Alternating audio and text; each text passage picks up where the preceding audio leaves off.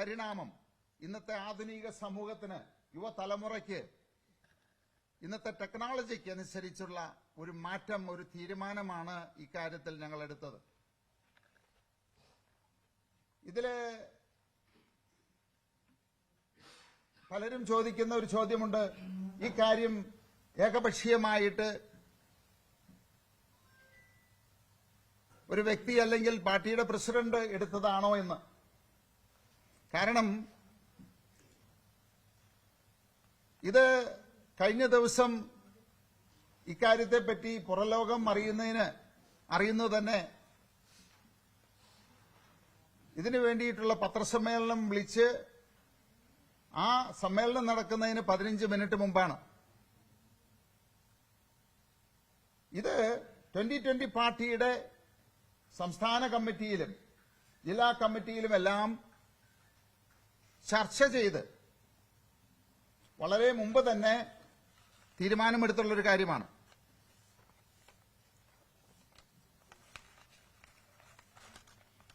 ഈ ചർച്ചയിൽ പലരും സ്വതന്ത്രമായിട്ട് തന്നെ നിന്നാ മതി എന്നുള്ള അഭിപ്രായക്കാരുണ്ടായിരുന്നു. UDFന്റെ കൂടെ ചേരണമെന്നുള്ള അഭിപ്രായമുള്ള ആളുകളുണ്ടായിരുന്നു. എന്നാൽ LDFന്റെ കൂടെ കൂടണമെന്ന് ഒരാൾ പോലും അഭിപ്രായമുണ്ടായിരുന്നില്ല. അതേസമയത്ത് ഭൂരിപക്ഷം ആളുകളും NDAയുടെ കൂടെ ഭാഗമാകണം എന്നുള്ള അഭിപ്രായമാണ് അവിടെ രേഖപ്പെടുത്തിയത്. അങ്ങനെ ആ യോഗത്തില് യുക്തമായ തീരുമാനമെടുക്കാനായിട്ട് പാർട്ടി അധ്യക്ഷനെ ചുമതലപ്പെടുത്തിയിട്ടുള്ളതാണ്. അപ്പോ ഒരു സുപ്രഭാതത്തില് പെട്ടെന്നുണ്ടായ, ആരും അറിയാതെ, ആരോടും ചർച്ച ചെയ്യാതെ എടുത്ത തീരുമാനമാണ് എന്നുള്ളത് വസ്തുതാവിരുദ്ധമാണ്. പിന്നെ പലരും പറയുന്നുണ്ട്, ഇങ്ങനെ ഒരു തീരുമാനമെടുത്തു കഴിഞ്ഞപ്പോ 2020 പാർട്ടി പിളർന്നു, 2020യുടെ ഒരുപാട് അംഗങ്ങൾ ഇതിൽ നിന്ന് വിട്ടുപോയി എന്നല്ല. നമുക്കറിയാം, ഏതൊരു കാര്യത്തിലും ഒരു പരിണാമം നടക്കുന്ന സമയത്ത് അതിൽ നിൽക്കുന്ന ആളുകൾക്ക് സ്വാഭാവികമായിട്ടുള്ള മനോവിഷമങ്ങളും അഭിപ്രായ വ്യത്യാസങ്ങളും ഉണ്ടാവും. അത് 2012 ഞങ്ങള് ചാരിറ്റബിൾ ഓർഗനൈസേഷനിൽ നിന്ന് പഞ്ചായത്ത് തെരഞ്ഞെടുപ്പിൽ മത്സരിക്കാൻ തീരുമാനിച്ചു കഴിഞ്ഞപ്പോ അന്ന് ഇതിന്റെ ഭാഗമായിരുന്ന CPMന്റെ അംഗങ്ങള് പൂർണ്ണമായിട്ടും അതിൽ നിന്ന് വിട്ടുപോയി. അംഗങ്ങളായിരുന്ന BJPയുടെ അംഗങ്ങൾ പൂർണ്ണമായിട്ടും വിട്ടുപോയി. കോൺഗ്രസിന്റെ അംഗങ്ങളും വിട്ടുപോയി. അന്നും ഇത് നടന്നിരുന്നു. അതൊരു പരിണാമമായിരുന്നു. 2016 സ്വതന്ത്ര സ്ഥാനാർത്ഥികളിൽ നിന്ന് ഒരു രാഷ്ട്രീയ പാർട്ടിയായിട്ട് രൂപം കൊണ്ടു കഴിഞ്ഞപ്പോ രാഷ്ട്രീയത്തിൽ വിശ്വാസമില്ലാത്ത ആളുകൾ അതിൽ നിന്ന് വിട്ടുപോയി. അന്നും ഇത് നടന്നിരുന്നു. പക്ഷേ പാർട്ടി വീണ്ടും ശക്തിയായി മുന്നോട്ട് പോയി. ഇപ്പോ ഇങ്ങനെ ഒരു തീരുമാനമെടുത്തു. ഇതും ഞങ്ങളെ സംബന്ധിച്ചൊരു പരിണാമമാണ്. ഇന്നത്തെ കാലഘട്ടത്തിന് ആവശ്യമായ ഒരു തീരുമാനം ഞങ്ങൾ എടുത്തു. ഒരു പ്രാദേശികമായിട്ട് ഒരു പ്രദേശത്ത് മാത്രമുണ്ടായിരുന്ന ഒരു രാഷ്ട്രീയ പാർട്ടി ദേശീയ തലത്തിലേക്ക് വളർന്നു, ദേശീയ ശ്രദ്ധ ആകർഷിക്കുന്ന തലത്തിലേക്ക് വളർന്നു, ഇന്ത്യൻ പ്രധാനമന്ത്രിയോടൊപ്പം വേദി പങ്കിടുന്ന രീതിയിലേക്ക് വളർന്നു. ഇന്ത്യൻ പ്രധാനമന്ത്രി തന്നെ നേരിട്ട് കേരളത്തിന് വേണ്ട എല്ലാ ആനുകൂല്യങ്ങളും എല്ലാ സഹായങ്ങളും ചെയ്യാമെന്ന് പറഞ്ഞ സാഹചര്യത്തിലേക്ക് വളർന്നു. അപ്പോ ഞങ്ങളിവിടെ ഈ ഒരു സഖ്യത്തെ കാണുന്നത്, ഈ ഒരു തീരുമാനത്തെ കാണുന്നത് കേരളത്തിന്റെ വികസനത്തിനുള്ള ഒരു കുതിപ്പായിട്ടാണത്. നമുക്കറിയാം, കഴിഞ്ഞ 7 പതിറ്റാണ്ടുകളായിട്ട് ഇടതും വലതും മാറി മാറി ഭരിച്ച് കേരളത്തെ ഒരു 50 വർഷം പിറകിലേക്ക് കൊണ്ടുപോയതല്ലാതെ ഒരു വളർച്ചയും ഇവിടെ കൊണ്ടുവരാൻ സാധിച്ചില്ല എന്നുള്ളതാണ്.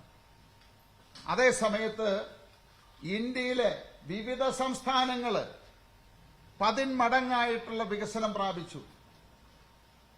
ഇപ്പൊ തന്നെ നമുക്കറിയാം,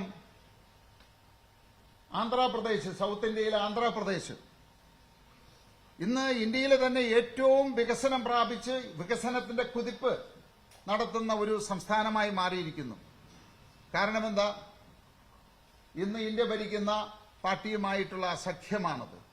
10,000 കോടി രൂപയാണ് ആന്ധ്രാപ്രദേശിലേക്ക് ഒഴുകുന്നത്. നിരവധി ഹൈവേകൾ, നിരവധി വികസന പ്രഖ്യാപനങ്ങളാണ് വന്നുകൊണ്ടിരിക്കുന്നത്. ഇതിനെല്ലാം പുറമെയാണ് ലോകത്തിന്റെ വിവിധ ഭാഗങ്ങളിൽ നിന്ന് ലക്ഷക്കണക്കിന് കോടികളുടെ നിക്ഷേപങ്ങൾ ഒഴുകിയെത്തിക്കൊണ്ടിരിക്കുകയാണ്. അപ്പോ ആക്ഷേപിക്കുന്നവരും മുതലക്കണ്ണുനീരൊഴുക്കുന്നവരും ചിന്തിക്കേണ്ട ഒരു കാര്യമുണ്ടത്. ഈ ഒരു സഖ്യത്തിൽ കൂടി കേരളം എന്തുകൊണ്ടൊരു ആന്ധ്രാപ്രദേശ് ആയിക്കൂടാ? കേരളം എന്തുകൊണ്ട് ഒരു ഗുജറാത്ത് ആയിക്കൂടാ? എന്തുകൊണ്ട് 10,000 കോടി രൂപ കേരളത്തിലേക്ക് കൊണ്ടുവന്ന് ഈ കേരളം ഇന്ത്യയിലെ തന്നെ ഏറ്റവും വികസനം പ്രാപിച്ച ഒരു സംസ്ഥാനമായിക്കൂടാ? അപ്പോ അതാണ് ഞങ്ങൾ ലക്ഷ്യം കാണുന്നത്. ഇപ്പോ പല ആളുകളും, പ്രത്യേകിച്ച് CPM-കാരും കോൺഗ്രസുകാരും മുതലക്കണ്ണുനീരൊഴുക്കുകയാണ് ഞങ്ങളുടെ ഈ സഖ്യത്തെ ഓർത്ത്. പരസ്പരം തെറി വിളിച്ച് ബദ്ധശത്രുക്കളായിരുന്ന ആളുകള് ഒരേ വാഹനത്തില് അരിവാൾ ചുറ്റിയും കൈപ്പത്തിയും കെട്ടി 2020-യെ ഇല്ലാതാക്കാൻ ശ്രമിച്ചപ്പോ ഇവരുടെ ആശയമെല്ലാം എവിടെയായിരുന്നു? അന്നൊന്നും ആർക്കും ഈ മുതലക്കണ്ണീർ കണ്ടില്ലല്ലോ. അപ്പൊ അത്രയും നീചമായിട്ടുള്ള വൃത്തികെട്ട ഒരു രാഷ്ട്രീയ ഗൂഢാലോചന നടത്തിയപ്പോ ആരും അതിനെപ്പറ്റി പരിതപിച്ചതായിട്ട് ഞാൻ കണ്ടില്ല. ഇപ്പോ ഞങ്ങളിങ്ങനെ ഒരു തീരുമാനമെടുത്തു. ഇന്ത്യ ഭരിക്കുന്ന 140 കോടി ജനങ്ങള് ഒരു തവണയല്ല, തുടർച്ചയായിട്ട് 3-ാം തവണയും തിരഞ്ഞെടുത്ത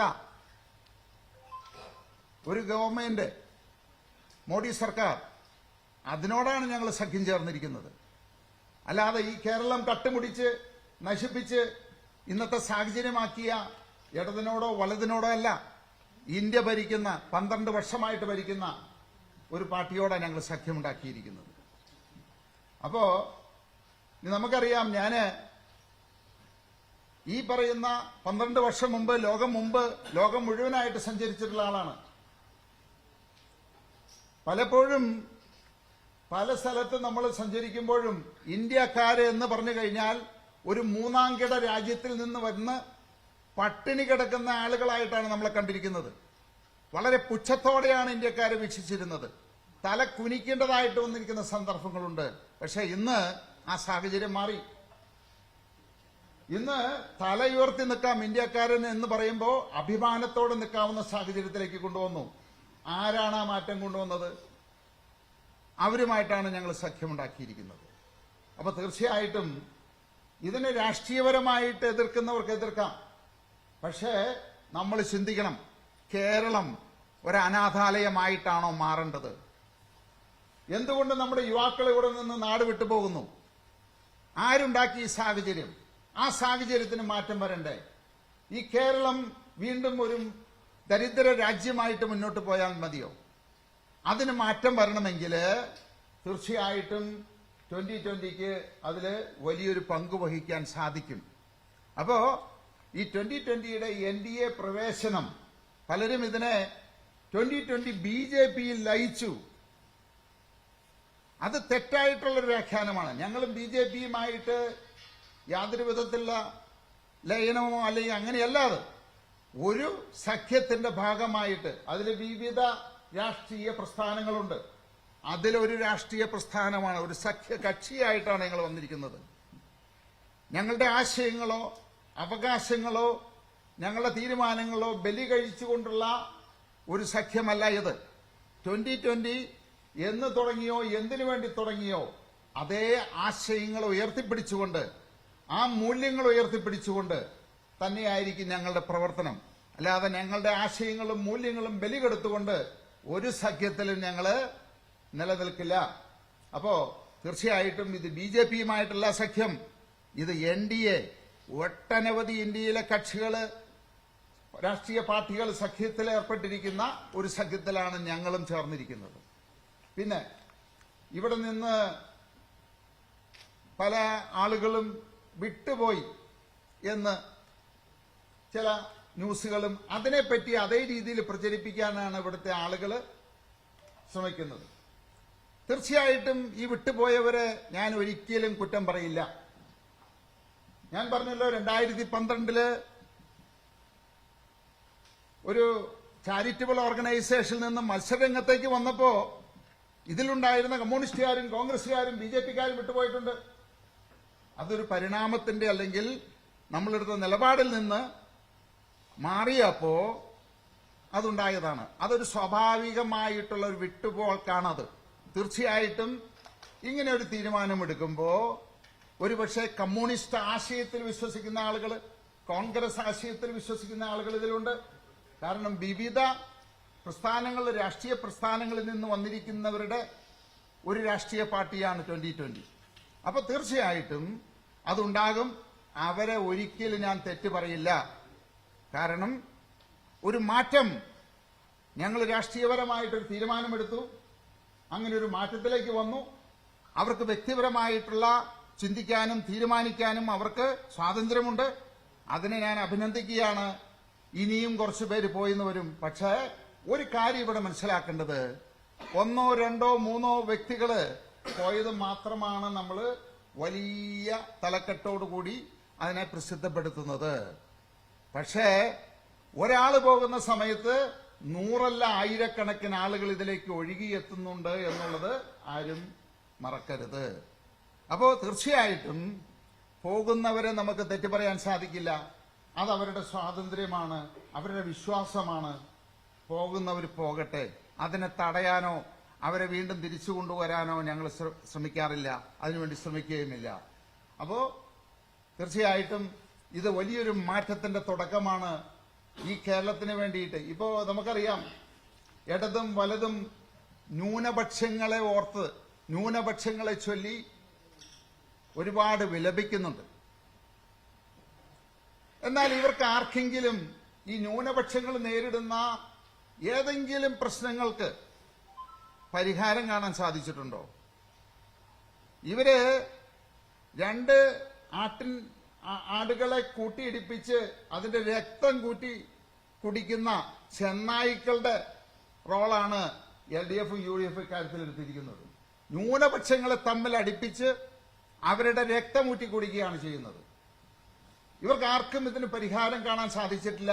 അവർ പരിഹാരം കാണുകയുമില്ല. കാരണം എന്താണെന്ന് വെച്ച് കഴിഞ്ഞാൽ അത് അവരെ സംബന്ധിച്ചൊരു രാഷ്ട്രീയ മുതലെടുപ്പാണ്. രാഷ്ട്രീയം എത്രത്തോളം ഉണ്ടോ അത്രയും കാലം ഈ ന്യൂനപക്ഷങ്ങളെ തമ്മിൽ അടുപ്പിച്ച് അതിലൊരു രാഷ്ട്രീയ മുതലെടുപ്പ് നടത്താനായിട്ടുള്ള ശ്രമങ്ങളാണ് LDF-ഉം UDF-ഉം നടത്തുന്നത്. പക്ഷേ ഞങ്ങളുടെ ഈ NDA പ്രവേശനം തീർച്ചയായിട്ടും ഇവിടുത്തെ ന്യൂനപക്ഷങ്ങളെ, അവർ നേരിടുന്ന പ്രശ്നങ്ങൾ, അവരുടെ പ്രയാസങ്ങൾ, ബുദ്ധിമുട്ടുകൾ, അത് കേന്ദ്രത്തിന്റെ സഹായത്തോടു കൂടിയിട്ട് അതിന് ശാശ്വതമായിട്ടുള്ള പരിഹാരങ്ങൾ കണ്ടുപിടിക്കുക, അതിനൊരു പരിഹാരം കണ്ടെത്തുക, അതായിരിക്കും ഞങ്ങളുടെ ലക്ഷ്യം. അപ്പൊ തീർച്ചയായിട്ടും അതിനുവേണ്ടിയാണ് ഞങ്ങൾ ശ്രമിക്കുന്നത്. അതുകൊണ്ട് ഞങ്ങളുടെ ഈ തീരുമാനം ഇതില് സ്റ്റേറ്റ് കമ്മിറ്റിയും അതുപോലെ ജില്ലാ കമ്മിറ്റിയും അതിലുള്ള എല്ലാ ആളുകളുടെയും അനുവാദത്തോടു കൂടി പ്രസിഡന്റ് എന്നുള്ള നിലയിൽ ചർച്ചകൾ നടത്തി തീരുമാനമെടുത്തിട്ടുള്ളതാണ്. അപ്പൊ അതുകൊണ്ട് ഇത് കേരളത്തിന്റെ നന്മയ്ക്ക് വേണ്ടിയിട്ടുള്ള ഒരു കൂട്ടുകെട്ടാണ്. എല്ലാവരും അത് മനസ്സിലാക്കി കേരളത്തിന്റെ വളർച്ച, കേരളത്തിന്റെ വികസനം ആഗ്രഹിക്കുന്ന ഏതൊരാളും ഈ ഒരു കൂട്ടുകെട്ടിനെ അനുകൂലിക്കണം. രാഷ്ട്രീയം മറന്ന് കേരളത്തിന്റെ നന്മ മാത്രം ആഗ്രഹിക്കുന്നവര് ഇതിനെ അനുകൂലിക്കുമെന്ന് ഞാൻ വിചാരിക്കുന്നു.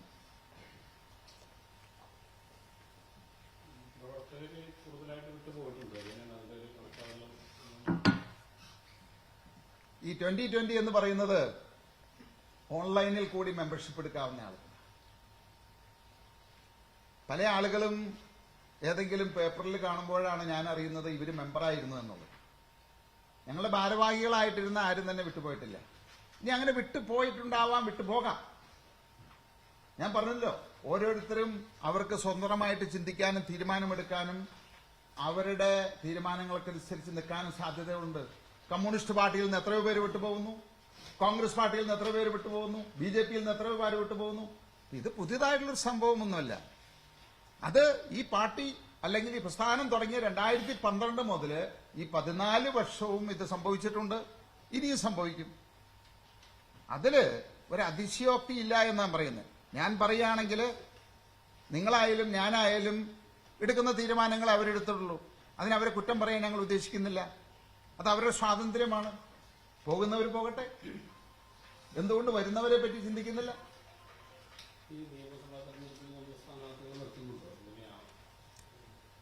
അങ്ങനെയുള്ള കാര്യങ്ങൾ ഇപ്പോ ഇന്ന് ഞാൻ നിങ്ങളുടെ മുന്നിൽ ഇരിക്കുമ്പോ ഒരു രാഷ്ട്രീയ പാർട്ടിയുടെ അധ്യക്ഷനായിട്ടല്ല ഇരിക്കുന്നത്, ഒരു സഖ്യത്തിന്റെ ഭാഗമായിട്ടാണത്. സഖ്യം എന്ന് പറയുമ്പോൾ ഞങ്ങൾ എല്ലാവരും കൂടി ആലോചിച്ച് ആരൊക്കെ മത്സരിക്കണം, എവിടെയൊക്കെ മത്സരിക്കണം എന്ന് തീരുമാനിക്കേണ്ട ഒരു ബാധ്യതയുണ്ട്. അപ്പൊ അങ്ങനെ ഒരു ചർച്ച ഇതുവരെ നടന്നിട്ടില്ല. അതിനെപ്പറ്റി ഞങ്ങൾ തീരുമാനിച്ചിട്ടില്ല.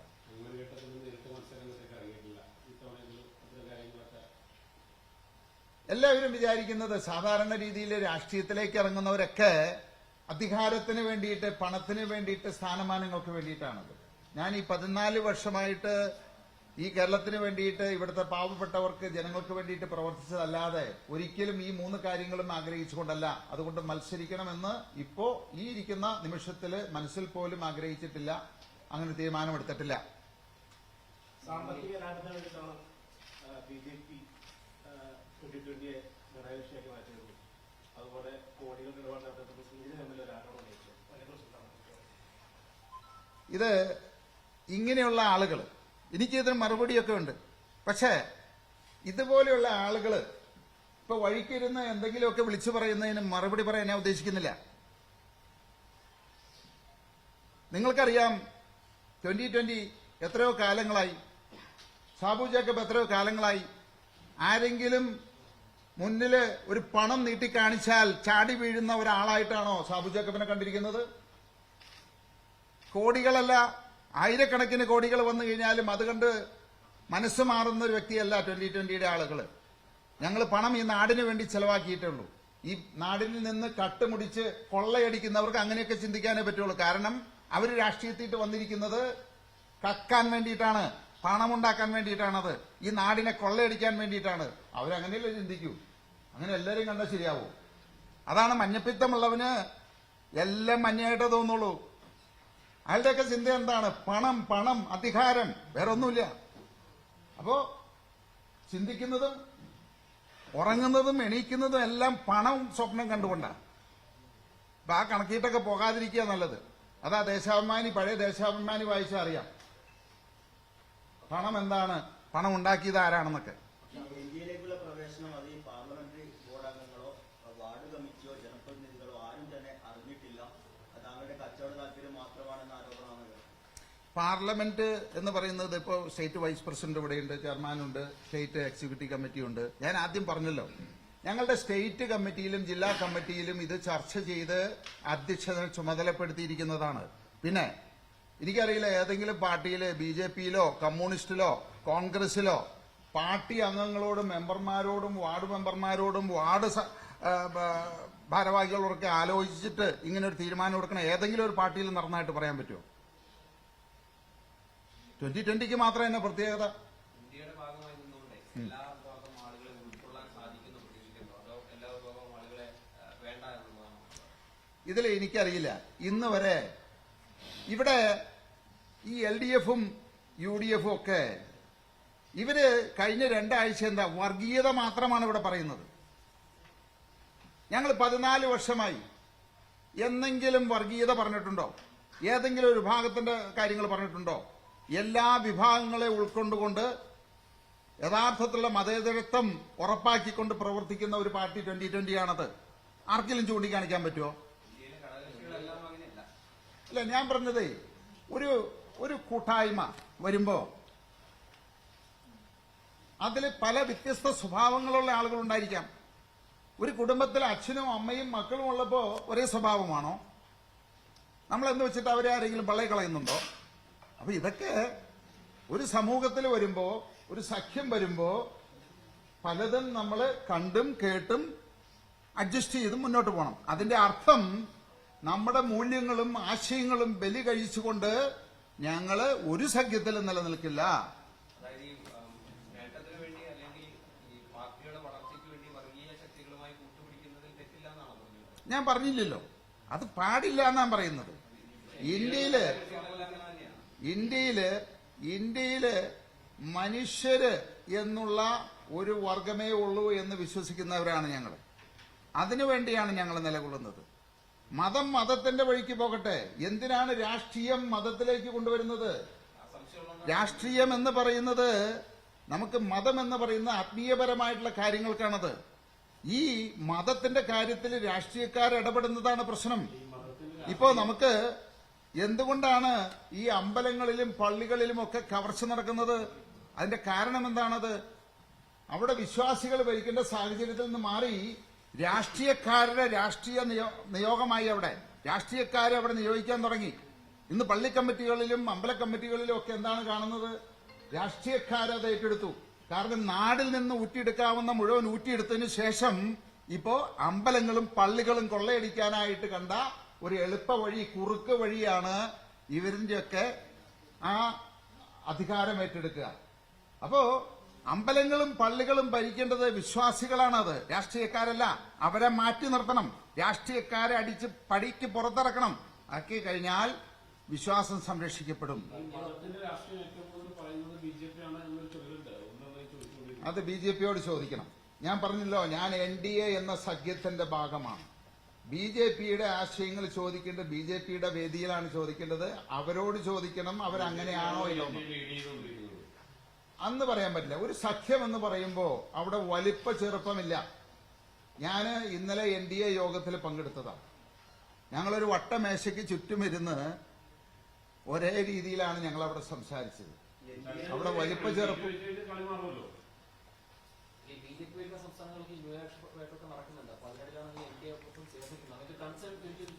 നമുക്കേ, ഞാൻ പറഞ്ഞല്ലോ, നമ്മുടെ സിറിയയിൽ എന്താ നടക്കുന്നത്?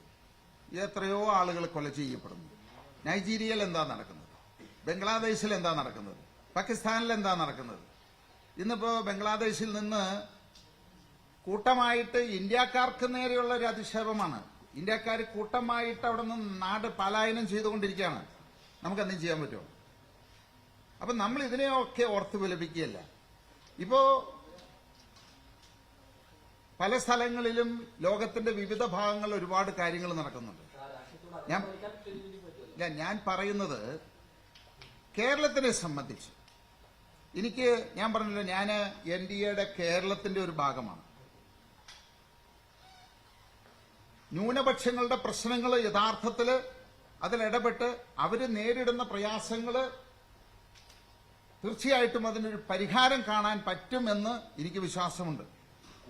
അപ്പൊ തീർച്ചയായിട്ടും നമ്മൾ ഇതിനെ കാണേണ്ടത് 2020 പോലെയുള്ള നിഷ്പക്ഷമായിട്ടുള്ള രാഷ്ട്രീയ പ്രസ്ഥാനങ്ങള്, മറ്റ് ലക്ഷ്യങ്ങളൊന്നുമില്ലാത്ത രാഷ്ട്രീയ പ്രസ്ഥാനങ്ങള് ഇന്ത്യ ഭരിക്കുന്ന NDA പോലെയുള്ള സഖ്യത്തിലേക്ക് വരുമ്പോൾ അതിന് കേരളത്തിനുണ്ടാകാവുന്ന ഗുണങ്ങള്, ന്യൂനപക്ഷങ്ങൾക്കുണ്ടാകാവുന്ന ഗുണങ്ങള്, ഞങ്ങളുടെ ലക്ഷ്യം തമ്മിലടിപ്പിച്ച് അവരുടെ രക്തം കുടിക്കുന്ന ചെന്നായയുടെ ലക്ഷ്യമല്ല. അവരെ കൂട്ടിയിണക്കി അവര് നേരിടുന്ന പ്രശ്നങ്ങൾ പരിഹരിച്ചുകൊണ്ട് അവരെ കൂടെ നിർത്താനായിട്ടുള്ള ഒരു ലക്ഷ്യമാണത്.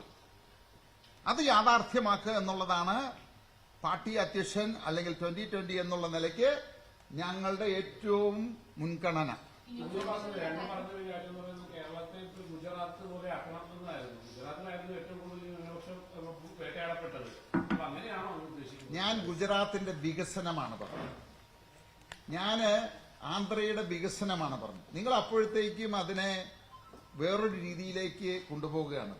ഞാൻ എപ്പോഴും നമ്മൾ സിംഗപ്പൂരിനെ പറ്റി പറയുന്നു, അല്ലെങ്കിൽ നമ്മൾ ദുബായിനെ പറ്റി പറയുന്നു, നമ്മൾ യൂറോപ്പിനെ പറ്റി പറയുന്നു, സ്വിറ്റ്സർലൻഡിനെ പറ്റി പറയുന്നു. അപ്പൊ അവിടുത്തെ ദേശീയപരമായിട്ട് അല്ലെങ്കിൽ ഇങ്ങനെയുള്ള കാര്യങ്ങളിലേക്കല്ല പോകേണ്ടത്. നമ്മൾ രാജ്യത്തെ പറ്റി പറയുമ്പോൾ, ഒരു സംസ്ഥാനത്തെ പറ്റി പറയുമ്പോൾ അവിടുത്തെ വികസനം അവര് ലോകം ഉറ്റുനോക്കുന്ന എത്ര കോടി എത്ര ലക്ഷം വികസനം ഉണ്ടാകുന്നുള്ളൂ.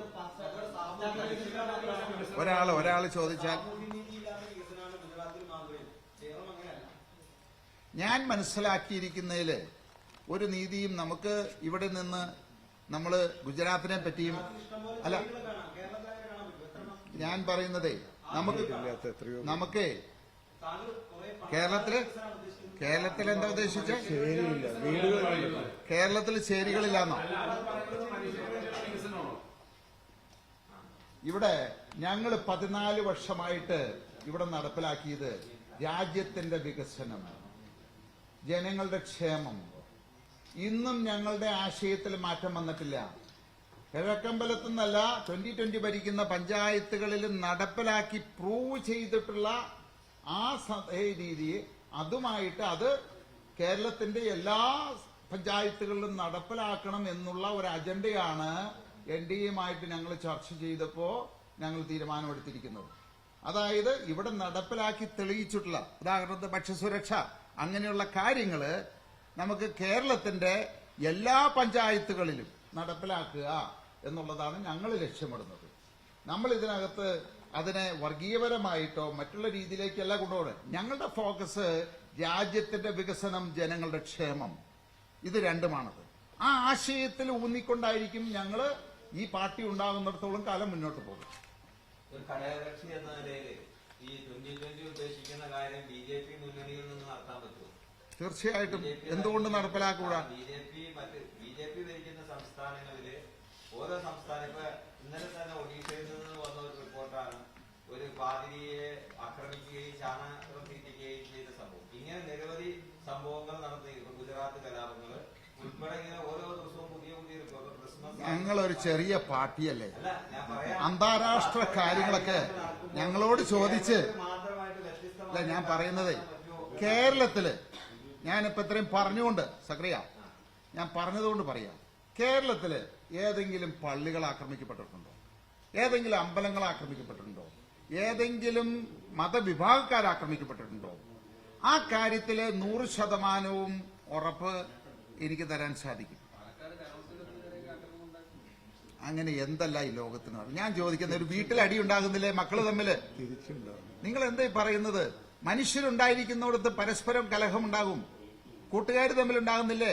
ഭാര്യ ഭർത്താവിനെ വെട്ടിക്കൊല്ലുന്നില്ലേ? ഭർത്താവ് ഭാര്യയെ കൊല്ലുന്നില്ലേ? അതൊക്കെ അങ്ങനെ ഒറ്റപ്പെട്ട സംഭവങ്ങൾ വെച്ചിട്ടാണോ ഇതിനെ നമ്മൾ ഏത്? അത് BJPയോട് ചോദിക്കേണ്ട ചോദ്യമാണ്. ഞാൻ പറഞ്ഞത് ഇത് 2020 ആണ്.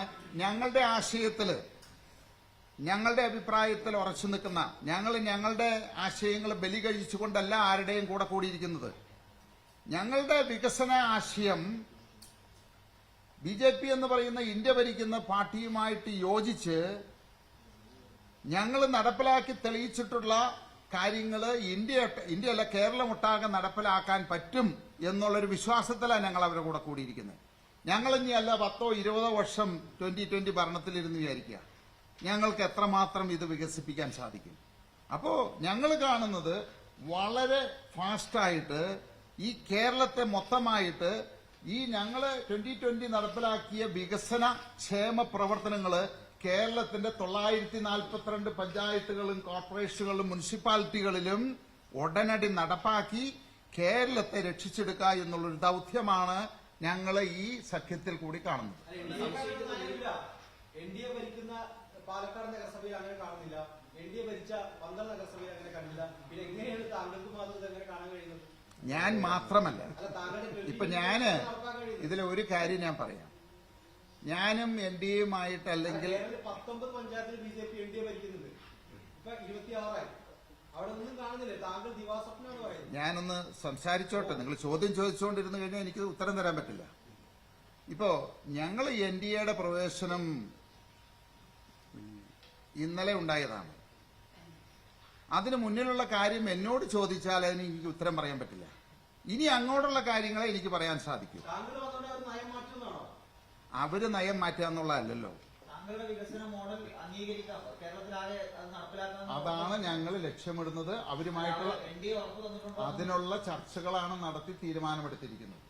എന്ന് വെച്ചിട്ട് 100% അതേ രീതിയിലല്ല. അപ്പൊ രണ്ടു പേർക്കും അക്സെപ്റ്റബിൾ ആയിട്ടുള്ള ചെറിയ ചെറിയ വിട്ടുവീഴ്ചകളും മാറ്റങ്ങളും വരുത്തിയിട്ട് ഇതിൽ നല്ലത് എന്ന് തോന്നുന്ന കാര്യങ്ങൾ കേരളത്തിൽ മാത്രമല്ല ഇന്ത്യയിൽ ഒട്ടാകെ നടപ്പിലാക്കണം എന്നുള്ളതാണ് ഞാൻ മനസ്സിലാക്കിയത് BJPയുടെ മേലധ്യക്ഷന്മാരിൽ നിന്ന്. കാരണം ഈവൻ പ്രധാനമന്ത്രി തന്നെ ഇതിന് ഉറപ്പ് നൽകിയിരിക്കുന്നത്, എന്നോട് നേരിട്ട് തന്നെ പറഞ്ഞിരിക്കുന്നത്, എല്ലാ വിധത്തിലുമുള്ള പിന്തുണ, അതായത് ഈ പറയുന്ന വികസന മോഡല് ഈ പറയുന്ന ഹോം മിനിസ്റ്ററും പ്രൈം മിനിസ്റ്ററും കണ്ടിരിക്കുന്നതാണത്. കൃത്യമായിട്ടുള്ള ബ്ലൂ പ്രിന്റുകൾ കൊടുത്തിട്ടുണ്ടത്. അത് കണ്ട് പഠിച്ച് മനസ്സിലാക്കിയതിനു ശേഷം അത് കേരളത്തിൽ മാത്രമല്ല ഇന്ത്യയിൽ ഒട്ടാകെ നടപ്പിലാക്കാവുന്ന പദ്ധതികളാണെന്ന് അവർക്ക് ബോധ്യപ്പെട്ടിട്ടുണ്ട്. അപ്പോ അതുകൊണ്ട് എല്ലാവിധ പിന്തുണയും ഉറപ്പു നൽകിക്കൊണ്ടാണ് ഇന്നലെ ആയാലും പ്രധാനമന്ത്രി തിരുവനന്തപുരത്ത് നിന്ന് പോകുന്നതിന് മുമ്പ് എനിക്ക് നൽകിയിരിക്കുന്ന ഉറപ്പ്. മറ്റൊരു കാര്യം. മുന്നോടിയായിട്ടാണ് അന്ന് ലോയൽറ്റി കാർഡിൽ ജാതി മതം തിരിച്ചുള്ള ആക്ഷേപമാണ് ഉയർന്നിരിക്കുന്നത്. ഇതൊക്കെ സ്ട്രീറ്റിലിരുന്ന് ആരെങ്കിലുമൊക്കെ പറയുന്ന, ഞങ്ങൾ 2012 മുതൽ ഒരു ഫോമേ ഉള്ളൂ. നമ്മളിപ്പോ ഒരു ഫോം ഫില്ല് ചെയ്യുമ്പോൾ അതില് വേണ്ട വിവരങ്ങൾ രേഖപ്പെടുത്തിയേ പറ്റൂ. അത് ആരെയും നിർബന്ധിച്ച് നിങ്ങൾ ഈ ഫോം തരണമെന്ന് ഞങ്ങൾ വാശി പിടിക്കാറില്ല. അതിൽ താല്പര്യമുള്ള ആളുകൾ അത് ഫില്ല് ചെയ്യുന്നു. 14 വർഷമായിട്ടുള്ള അതേ ഫോം തന്നെയാണ് ഇപ്പോഴും പോയിക്കൊണ്ടിരിക്കുന്നത്. ഇപ്പൊ ഞങ്ങളിപ്പോ NDA-യിലേക്ക് വന്നപ്പോഴത്തേക്ക് ഫോം തെറ്റാവണ എങ്ങനെയാണ്? 14 വർഷമില്ലായിരുന്നു പരാതി പറഞ്ഞ എങ്ങനെയാണ്? അതൊക്കെ രാഷ്ട്രീയമാണ്, അത്രയേ ഉള്ളൂ. പിന്നെ ഞങ്ങള് നിയമവിരുദ്ധമായിട്ടുള്ള ഏതെങ്കിലും കാര്യങ്ങൾ ശേഖരിക്കുന്നുണ്ടെങ്കിൽ ഞങ്ങളല്ലല്ലോ ഇവിടെ ഭരിക്കുന്നത്, കമ്മ്യൂണിസ്റ്റ് പാർട്ടിയല്ലേ ഭരിക്കുന്നത്. കേസെടുക്കട്ടെ, പിടിച്ച് അകത്തിടട്ടെ എന്നേ. ഇന്ന് ഇന്ത്യയുടെ നിയമങ്ങൾ അനുവദിക്കുന്ന കാര്യങ്ങൾ മാത്രമേ ഞങ്ങൾ ചെയ്യുന്നുള്ളൂ.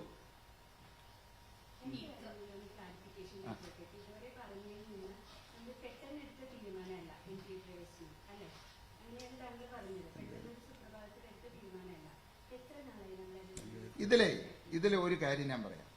പലപ്പോഴും പല കമ്മിറ്റികളിലും അജണ്ടയിൽ ഇല്ലെങ്കിലും ഞങ്ങളുടെ സ്റ്റേറ്റ് കമ്മിറ്റിയും ജില്ലാ കമ്മിറ്റികളും ഒക്കെ കൂടുന്ന സമയത്ത് പല ആളുകളും നമുക്ക് ഒറ്റയ്ക്ക് നിന്നാൽ എത്ര കാലം നിൽക്കാൻ പറ്റും എന്നുള്ള ഒരു അവർക്കുള്ള സന്ദേഹം അവർ പ്രകടിപ്പിച്ചിട്ടുണ്ട്. ആ ആശങ്ക ഞങ്ങൾ ചർച്ച ചെയ്യാറുണ്ട്. പലപ്പോഴും പല കമ്മിറ്റികളിലും ആ ചർച്ച വന്നിട്ടുണ്ട്. പക്ഷെ അതൊന്നും ഞാനൊന്ന് പറഞ്ഞു തീരട്ടെ. അതൊക്കെ ഇത് ഒരു രാഷ്ട്രീയ പാർട്ടിയാകുമ്പോൾ മിനിറ്റ്സ് ആക്കാന്ന് മാത്രമല്ല, അത് ഇലക്ഷൻ കമ്മീഷൻ ആ ബുക്ക് ഞങ്ങളെ എല്ലാം ഹാജരാക്കുന്നതാണ്. ഇതൊക്കെ സുതാര്യമാണെന്നാണ് പറയുന്നത്. അപ്പോ അങ്ങനെ ചർച്ച ചെയ്തിട്ടുണ്ട്, അത് തീരുമാനങ്ങൾ എടുത്തിട്ടുണ്ട്. അതൊക്കെ ഞങ്ങള് അന്ന് അതിനെ വളരെ കാരണം സാധാരണ രീതിയിലൊരു ചർച്ച സീരിയസ് ആയിട്ട് എടുത്തിട്ടില്ല എന്നുള്ളതാണ്. പക്ഷേ ഈ പഞ്ചായത്ത് തെരഞ്ഞെടുപ്പിൽ ഞങ്ങൾക്കുണ്ടായ ദുരനുഭവം അതിനുശേഷമുള്ള കമ്മിറ്റികളില് വളരെ സീരിയസ് ആയിട്ട് ഞങ്ങൾ ചർച്ച ചെയ്തു. ഓരോരുത്തരുടെയും അഭിപ്രായം ചോദിച്ചു. എല്ലാ അംഗങ്ങളും അതിൽ അഭിപ്രായം രേഖപ്പെടുത്തി. ഞാൻ പറഞ്ഞല്ലോ, 2 or 3 അംഗങ്ങള് 2020 ഒറ്റയ്ക്ക് നിൽക്കണമെന്ന് പറഞ്ഞു. കമ്മ്യൂണിസ്റ്റ് പാർട്ടി ചേരണ്ട, LDF-ൽ ചേരണമെന്ന് ഒരാൾ പോലും പറഞ്ഞില്ല. പിന്നെ മൂന്നാമത് നിന്നത് UDF-ന്റെ കൂടെ കൂടുന്ന. പക്ഷേ ഏതാണ്ട് 80% ആളുകളും NDA-യുടെ ഭാഗമാവണം എന്നുള്ള തീരുമാനമാണ് എടുത്തത്. അതിനുവേണ്ടി പാർട്ടി അധ്യക്ഷനെ അവര് തീരുമാനിച്ച് ചുമതലപ്പെടുത്തുകയും ചെയ്തു. പഞ്ചായത്ത് തെരഞ്ഞെടുപ്പിന് ശേഷമുള്ള കമ്മിറ്റി.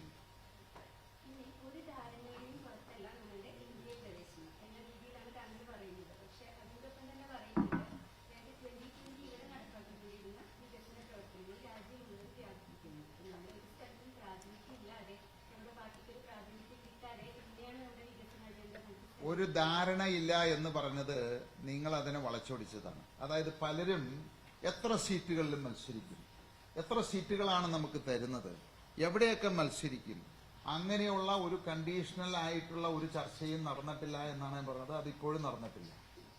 പക്ഷേ നമ്മളൊരു സഖ്യത്തിൽ ചേരുമ്പോൾ വെറുതെ അങ്ങോട്ട് പോയിട്ട് ഞാനിന്ന് ചേരാൻ പോവാണ് സ്കൂളിൽ ചേർക്കുന്ന മാതിരി അല്ല. വളരെ സീരിയസ് ആയിട്ട്, അത് ചെറിയ നേതാക്കന്മാരുമായിട്ടല്ല, വലിയ നേതാക്കന്മാരുമായിട്ട് ചർച്ചകൾ നടത്തി ആശയപരമായിട്ട് ഇങ്ങനെയുള്ള കാര്യങ്ങൾ നമുക്ക് യോജിക്കാം എന്ന് തീരുമാനിച്ചതിന് ശേഷമാണ് അങ്ങനെ ഒരു തീരുമാനത്തിലേക്ക് വന്നത്. അതിന്റെ അർത്ഥം നമ്മൾ ഒരു എഗ്രിമെന്റ് വെക്കുകയോ ധാരണാപത്രം ഉണ്ടാക്കി സൈൻ ചെയ്യുകയൊന്നും ചെയ്തിട്ടില്ല. പക്ഷെ ഇതെല്ലാം ഡിസ്കസ് ചെയ്തിരിക്കുന്നതാണ്. ആശയപരമായിട്ട് BJP-നെ സംബന്ധിച്ച് 2020 നടപ്പിലാക്കുന്ന മുന്നോട്ട് വയ്ക്കുന്ന വികസന കാഴ്ചപ്പാടും ഇന്ന് BJP ഇന്ത്യയിൽ നടപ്പിലാക്കി വരുന്ന വികസന കാഴ്ചപ്പാടും ഏതാണ്ട് സമാനമായ രീതിയാണ് എന്നുള്ള ഒരു ഐഡിയോളജിയിലാണ് രണ്ടു കൂട്ടരും വന്നിരിക്കുന്നത്.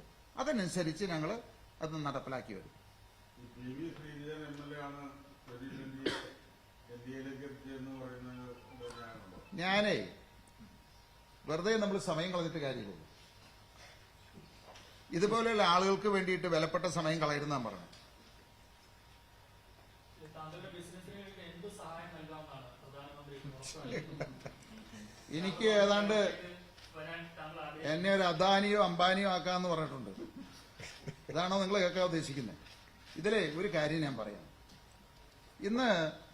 ഒന്ന് ഞാൻ കഴിഞ്ഞ പിണറായി സർക്കാരിൽ 2016 മുതൽ 21 വരെ പിണറായി സർക്കാരിന്റെ സജീവമായിട്ടുള്ള ഒരു സഹപ്രവർത്തനമായിട്ട് പോയ ഒരാളാണ് പിണറായിയുടെ കൂടെ.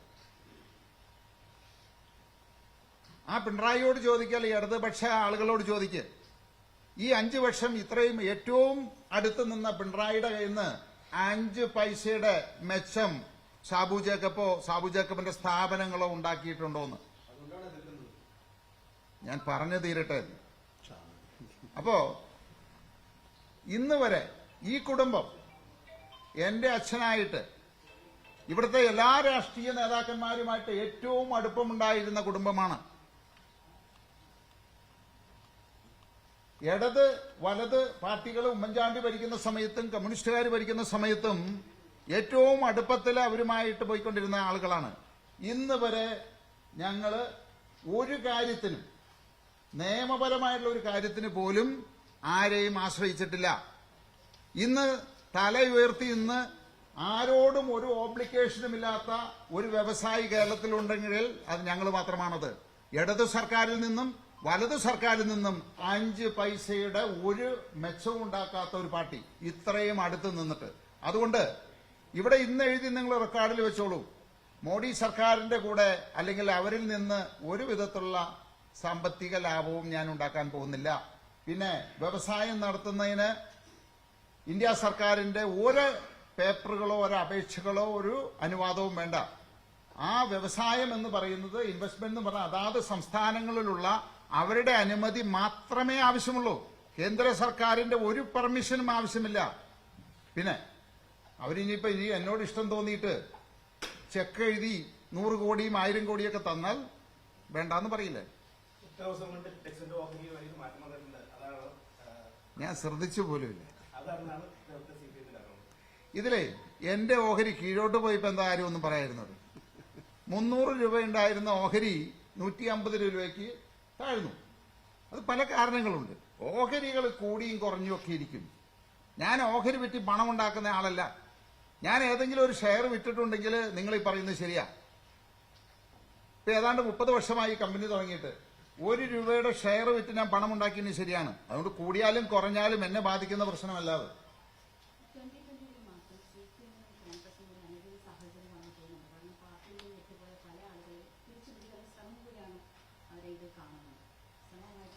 അതാണല്ലോ രാഷ്ട്രീയ പാർട്ടിയുടെ ജോലി. അവര് അവരുടെ പണി നോക്കട്ടെ, അവര് പിടിക്കുന്നവർ പിടിക്കട്ടെ, ആശയപരമായിട്ട് യോജിക്കുന്നവർ അങ്ങോട്ട് പോകട്ടെ. ഞാൻ പറഞ്ഞില്ല, തെറ്റ് പറയില്ല അതിനകത്ത്. നീ ഇന്നോട് വരുന്നതിന് ഞങ്ങൾക്ക് വേണ്ടെന്ന് പറയാൻ പറ്റുമോ?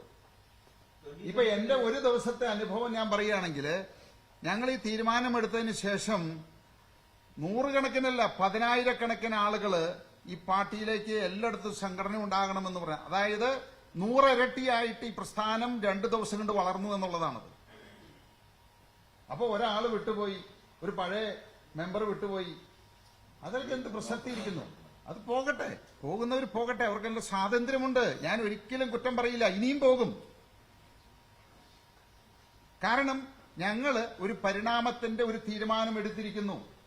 ആ തീരുമാനത്തിന് യോജിക്കാൻ പറ്റാത്ത ആളുകള് അവർ മാറി നിൽക്കും.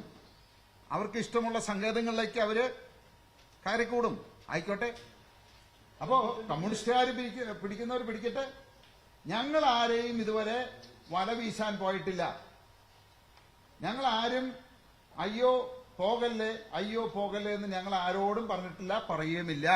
പോകുന്നവര് സന്തോഷം എന്ന് പറയുള്ളൂ. ക്രൈസ്തവ സ്വാധീനമുള്ള മേഖലകളിൽ ആ. കുറച്ചുകൂടി എളുപ്പത്തിൽ 2020 ആയിട്ടുള്ള സത്യത്തിലൂടെ കുറച്ചുകൂടി എളുപ്പത്തിൽ എത്തിപ്പിടിക്കാമെന്ന ബിജെപിയുടെ ഒരു പോളിറ്റിക്സ് അത് ടൂൾ ആവുന്നത്. ഞാൻ ഒരിക്കലും, ഞാൻ പറഞ്ഞല്ലോ, ഇതുവരെ ഞാൻ മതം പറഞ്ഞിട്ടില്ല, ഇനിയോട്ട് പറയുമില്ല. എപ്പോഴും സാമുദായിക സമവാക്യവുമായി കണക്റ്റഡ് ആണ്. അത് തന്നെയാണ് ഞാൻ ആദ്യം പറഞ്ഞത്. മതം മതത്തിന്റെ വഴിക്ക് പോട്ടെ, രാഷ്ട്രീയത്തിനെ മതത്തിലേക്ക് കൊണ്ടുവരരുത്.